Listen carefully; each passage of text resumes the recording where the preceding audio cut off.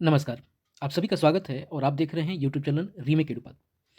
आज मैं एक वीडियो लेके आया हूँ जो ज्योग्राफी से संबंधित है और जिसमें अक्षांश और देशांतर से रिलेटेड बातें की जाएँगी और उससे रिलेटेड सारी की सारी एमसीक्यूज़ हम देखेंगे उसमें।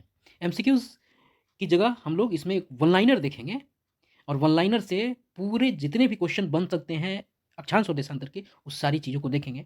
और यह जो वन लाइनर हैं, जो परीक्षा में एमसीक्यूज़ आएँगी, उनमें ये हेल्प करेगा और इसी में से क्वेश्चंस बनेंगे और अक्षांश देशांतर में इससे अलग प्रश्न नहीं आएगा और इससे अलग प्रश्न नहीं बन सकता है। हमने प्रयास किया है कि सारे के सारे जितने भी फैक्ट्स हैं अक्षांश और देशांतर को हम देखें। तो आइए पहले अक्षांश और देशांतर से संबंधित सारी चीज़ों को हम एक-एक करके समझते हैं और फिर हम वन लाइनर यानी उसकी सारी के सारे इंपॉर्टेंट फैक्ट्स को देखेंगे। तो आइए वीडियो को शुरू करते हैं। जानेंगे अक्षांश और देशांतर को। हम जानेंगे आपको अक्षांश और देशांतर को। अक्षांश और देशांतर अगर हम नहीं समझते हैं तब चीजें हमें नहीं समझ में आएंगी। अब देखते हैं कि अक्षांश और देशांतर आखिर होता क्या है। हम सबको पता है और हम सभी जो है पृथ्वी पर रहते हैं और पृथ्वी का आकार कैसा है? गोला के आकार में है, यानी गोलाकार है। और ये पृथ्वी, सबको पता है कि पृथ्वी हमारी गोले के आकार में है, बिल्कुल है। आप मेरे चित्र पे नहीं जाइएगा, लेकिन आप एक समझ डेवलप कर लें कि हम सब जानते हैं कि गोले के आकार में ये है। अब समझते हैं कि अक्षांश और देशांतर होता क्या है। हमारी पृथ्वी है, ये अक्षांश और देशांतर रेखाओं का नाम है जो पृथ्वी पर एक काल्पनिक रूप में खींची गई है। और ये अक्षांश और देशांतर जो रेखाएं हैं, ये काल्पनिक रूप में खींची गई रेखाएं हैं। इसका नामो निशान पृथ्वी पर कहीं नहीं है। आपने कहीं नहीं देखा होगा कहीं पृथ्वी पर कहीं लाइन खींची गई है। यह लाइन एक काल्पनिक है और इस जो रेखाओं के द्वारा एक गणितीय आंकड़ा एकत्रित किया जाता है और इसके माध्यम से जलवायु, दिन रात, मौसम, आपको समय इत्यादि की गणना की जाती है। जब तक इतनी बड़ी व्यवस्था है और इतनी बड़ी व्यवस्था में पृथ्वी का जो आकार 12,472 के करीब है और इतने बड़े व्यास में अगर हम सबको गणना करना है, आप देखते हैं कहीं दिन होता है तो कहीं रात होता है, कहीं गर्मी होती है तो कहीं सर्दी होता है, कहीं सूरज 2 घंटे पहले उगता है तो कहीं 2 घंटे बाद उगता है, कहीं रात होती है तो हमारे यहाँ इतने घंटे बाद दिन होता है। इस सबके पीछे कारण है और इसी कारण को जानने के लिए इन रेखाओं की रचना की गई है और ये काल्पनिक है।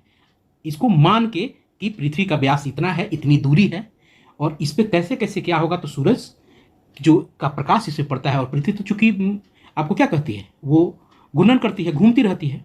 वो पृथ्वी 24 घंटे यानी 40 मिनट में, पृथ्वी क्या है 1440 मिनट में क्या होती है, अपने अक्ष पर वो 360 डिग्री घूम जाती है। अब आइए देखते हैं कि इस रेखा को समझते हैं। अब देखिए पृथ्वी गोला है, अगर पृथ्वी को बीच से अगर इसको काटा जाए तो गोला क्या हो जाएगा, 2 आधा हो जाएगा। तो यही 2 आधा को हम क्या कहते हैं, गोलार्ध कहते हैं। गोलार्ध ये क्या कहलाता है, गोलार्ध कहता है, यानी गोला का आधा। अब ये जो बीच वाला हिस्सा है, ये वाला जो हिस्सा है, ये जो इसको कहते हैं हम भूमध्य रेखा।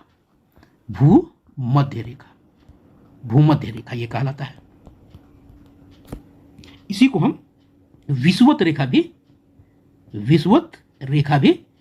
कहते हैं। अब देखिए, पहले हम लोग अक्षांश जान रहे हैं। अब होता क्या है कि इस रेखा के ये अक्ष होता है पृथ्वी का, बीच में ये अक्ष है, ये अक्ष है, यहाँ अक्ष है ये, और ये ऊपर वाला एरिया है ये उत्तर होता है और नीचे वाला एरिया जो होता है वो दक्षिण होता है। तो ऊपर के आधे गोलार्ध को क्या कहते हैं, उत्तर गोलार्ध कहते हैं, और नीचे वाले आधे वाले को क्या कहते हैं, दक्षिण गोलार्ध कहते हैं, दक्षिण गोलार्ध कहते हैं। क्लियर है। अब देखिए, अब होता क्या है कि ऊपर वाले गोलार्ध को 90 डिग्री पर, एक डिग्री पर रेखाएं खींची गई, एक डिग्री पर रेखाएं, क्योंकि 90 रेखाएं खींची नहीं जा सकती हैं इसमें, ऐसे ही तो आपको हम ऐसे रेखाएं खींच के बता, ये 90 के रेखाएं ऊपर होती हैं और 90 रेखाएं ऐसे नीचे होती हैं। आपको 90 रेखाएं नीचे होती हैं। अक्षांश की रेखाओं की संख्या हो जाती है 90, 90 और 1 भूमध्य 181। अब होता है क्या, अब 181 हो जाता है। इसमें जो 23.5 डिग्री वाला जो हिस्सा है, 23.5 डिग्री वाला हिस्सा है ऊपर वाला, ये उत्तर वाला, उत्तर गोलार्ध की जो 23.5 डिग्री का जो हिस्सा है, इसको कहते हैं हम लोग कर्क रेखा। इसको कहते हैं हम कर्क रेखा। इसको हम कर्क रेखा कहते हैं। आइए इसको फिर से मिटा के हम एक बार दोबारा कर देते हैं। थोड़ा जगह खाली हो जाएगा तो हमें देखने में भी आसानी होगी। अब हम इसको फिर से मिटा के एक बार बेहतर ढंग से इसको बनाते हैं। ये हमारा हो गया भूमध्य रेखा। यहाँ जो एक रेखा हो गई आपको 23.5 डिग्री की, इसको कहते हैं कर्क रेखा। और ये जो 66.5 डिग्री की एक रेखा बनेगी, ये होती है आपको आर्कटिक रेखा। ये होता है आपको आर्कटिक रेखा। आर्कटिक होता है, ये उत्तरी गोलार्ध में है। उत्तरी गोलार्ध में है।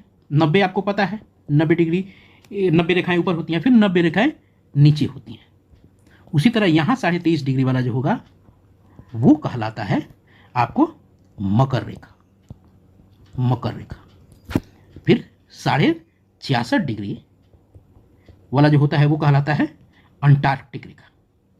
आपको ये क्या कहलाता है? अंटार्कटिक रेखा। ये कहलाता है अंटार्कटिक रेखा। ये कहलाता है आपको अंटार्कटिक रेखा। ये समझ है।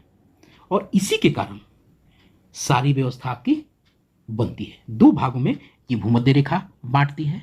और जो अक्षांश रेखाएं जो हैं, ये क्या होता है, पश्चिम से पूरब की तरफ खींची जाती है। और अक्षांश रेखाएं जो है वो एक काल्पनिक रेखाएं हैं। और इसी के चलते दिन रात, मौसम यानी सर्दी गर्मी, ये निर्धारित होता है। और एक अक्षांश रेखा से दूसरे अक्षांश तक के रेखा के बीच में जो दूरी होती है वो होती है 111 किलोमीटर की। हमने पता कर लिया है, पीछे पता किया है, हमें पता चला है कि अक्षांश रेखाओं की संख्या कितनी है। हम लोग ने जाना है 181 है। और एक दूसरे के बीच में आपको जो दूरी है वो 111 किलोमीटर के करीब में है। और अक्षांश को अंग्रेजी में क्या बोलते हैं? अंग्रेजी में इसको बोलते हैं आपको लैटिट्यूड। इसको बोलते हैं लैटिट्यूड। इसको लैटिट्यूड बोलते हैं। अब आते हैं हम देशांतर रेखा को समझते हैं। अब देखिए, फिर से पृथ्वी के एक आकार को हम फिर बनाते हैं। आपको हमने अक्षांश पढ़ लिया है, इसको हम गोला थोड़ा कर लेते हैं। मेरा चित्र बनाने में थोड़ा हाथ तंग है। अब देखिए, अब ये है देशांतर। देशांतर रेखा। देशांतर रेखा भी एक काल्पनिक रेखा है जो उत्तर से दक्षिण की तरफ खींची जाती है। उत्तर से दक्षिण की तरफ खींची जाती है। हम सबको पता है कि ऊपर वाला एरिया उत्तर है और ये नीचे वाला दक्षिण है। ये खींची जाती है। और इसकी संख्या कितनी होती है? इसकी संख्या आपको 360 के करीब होती है। इसकी संख्या 360 के करीब होती है। ये 360 देशांतर रेखाएं होती हैं और सब एक एक डिग्री पर खींची गई है। चूंकि गोलाकार है तो जब भी कोई रेखा होगा वो डिग्री पर ही बनेगा। तो एक एक डिग्री पर है। और एक देशांतर से दूसरे देशांतर रेखा के बीच की जो दूरी है वो 111.32 किलोमीटर है। और इसी देशांतर रेखाओं से निर्धारित होता है समय का। और बीच वाला जो एकदम ये है, ये होता है 0 डिग्री। ठीक है, 0 डिग्री। और यहाँ ये 0 डिग्री है। और इसी 0 डिग्री को कहा क्या जाता है? इसी को कहा जाता है प्राइम मेरिडियन। मेरिडियन इसको कहा जाता है प्राइम मेरिडियन। इसको हिंदी में कहा जाता है आपको प्रधान यमोत्तर। इसी को ग्रीनविच कहते हैं। ये 0 डिग्री है। 0 डिग्री, ये 0 डिग्री है आपको। और यहीं से आपको ये एरिया जो हो गया आपको पूरब का हो गया। यह एरिया आपको क्या होगा? पश्चिम का हो गया। अब यहीं से ये 1-1 डिग्री, 2 डिग्री, 3 डिग्री आगे बढ़ता रहता है। और एक आपको देशांतर रेखा से दूसरे देशांतर रेखा, ये 1 डिग्री से 2 डिग्री तक जाने में जो समय लगता है वो लगता है आपको 4 मिनट। वो लगता है आपको 4 मिनट। इस 4 मिनट में एक डिग्री से कितना लगा है, 4 मिनट लगता है।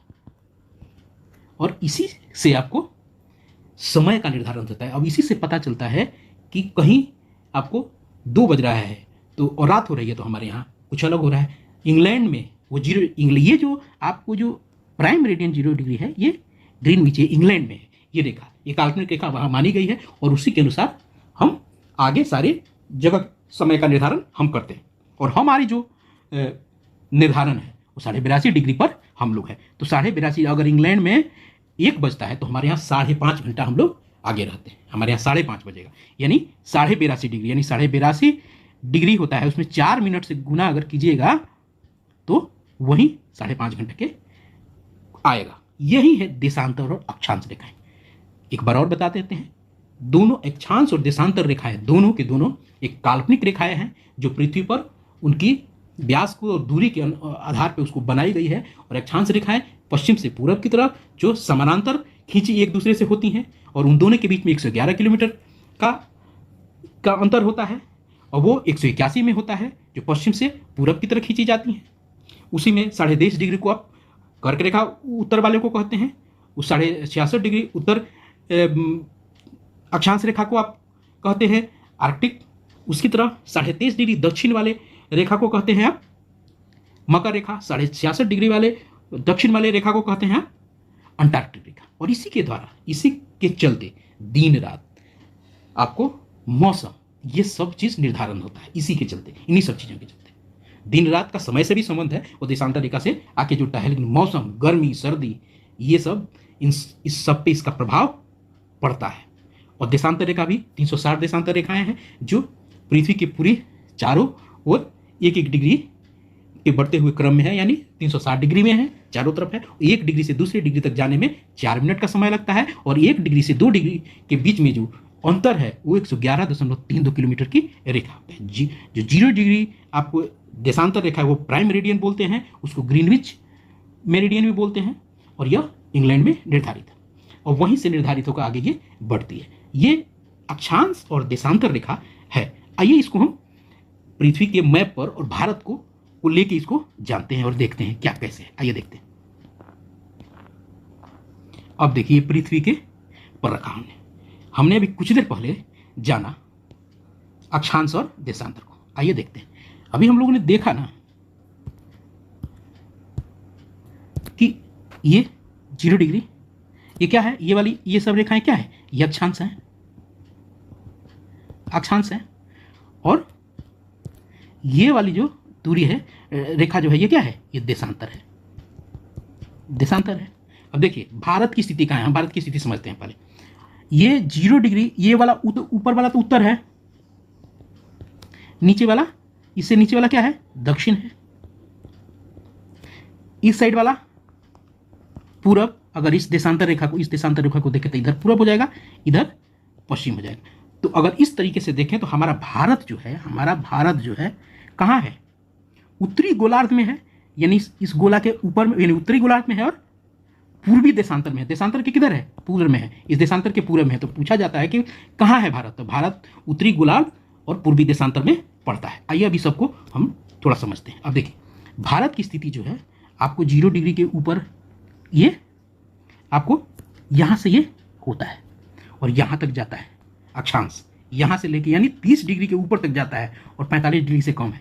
और यहाँ 15 डिग्री से नीचे से शुरू होता है और यहाँ तक जाता है। ये अक्षांश ऊपर ऐसे अक्षांशीय स्थिति विस्तार, यानी इस अक्षांश से लेके ऊपर तक जाती है। कितने डिग्री से जाती है इसको आगे और डिटेल में देखेंगे।